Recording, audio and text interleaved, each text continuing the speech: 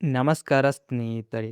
ಸ್ನೇಹಿತರೆ, ಇತ್ತೀಚೆಗೆ supreme court of India ನೀಡಿರೋ ಒಂದು ಮಹತ್ವದ ಅಭಿಪ್ರಾಯ ಇದೀಗ ಸಾಕಷ್ಟು ಚರ್ಚೆಗೆ ಕಾರಣವಾಗಿದೆ.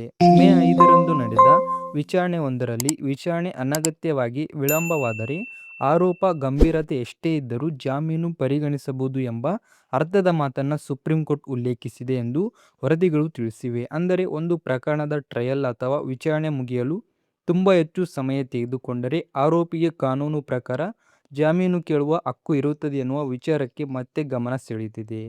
ಈ ಹಿನ್ನೆಲೆಯಲ್ಲಿ ದರ್ಶನ್ ತೂಗುದೀಪ್ ಸಂಬಂಧಿತ ಪ್ರಕರಣದ ವಿಚಾರಣೆ ಕೂಡ ದೀರ್ಘವಾಗುವ ಸಾಧ್ಯತೆ ಇದೆ ಎಂಬ ಚರ್ಚೆಗಳು ನಡೆಯುತ್ತಿವೆ. ಕೆಲವು ಕಾನೂನು ತಜ್ಞರ ಪ್ರಕಾರ ಟ್ರಯಲ್ ಪೂರ್ಣಗೊಳ್ಳಲು ಇನ್ನೂ ಹೆಚ್ಚಿನ ಸಮಯ ಬೇಕಾಗಬಹುದು ಎಂದು ಹೇಳಲಾಗುತ್ತಿದೆ. ಇದರಿಂದ ದರ್ಶನ್ ಪರ ವಕೀಲರು ಈಗಾಗಲೇ ಜಾಮೀನು ಅರ್ಜಿಯ ವಿಚಾರದಲ್ಲಿ ಕಾನೂನು ಕ್ರಮಗಳನ್ನು ಮುಂದುವರಿಸಿದ್ದಾರೆ.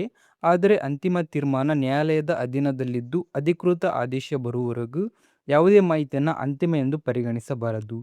ಸೊ ಸ್ನೇಹಿತರೆ, ಈ ವಿಚಾರದ ಬಗ್ಗೆ ನಿಮ್ಮ ಅಭಿಪ್ರಾಯ ಏನು ಅನ್ನೋದನ್ನು ಕಮೆಂಟ್ ಮೂಲಕ ತಿಳಿಸಿ. ಹಾಗೆ ಇನ್ನಷ್ಟು ಅಪ್ಡೇಟ್ಗಾಗಿ ನಮ್ಮ ಚಾನಲ್ನ ಸಬ್ಸ್ಕ್ರೈಬ್ ಮಾಡಿ.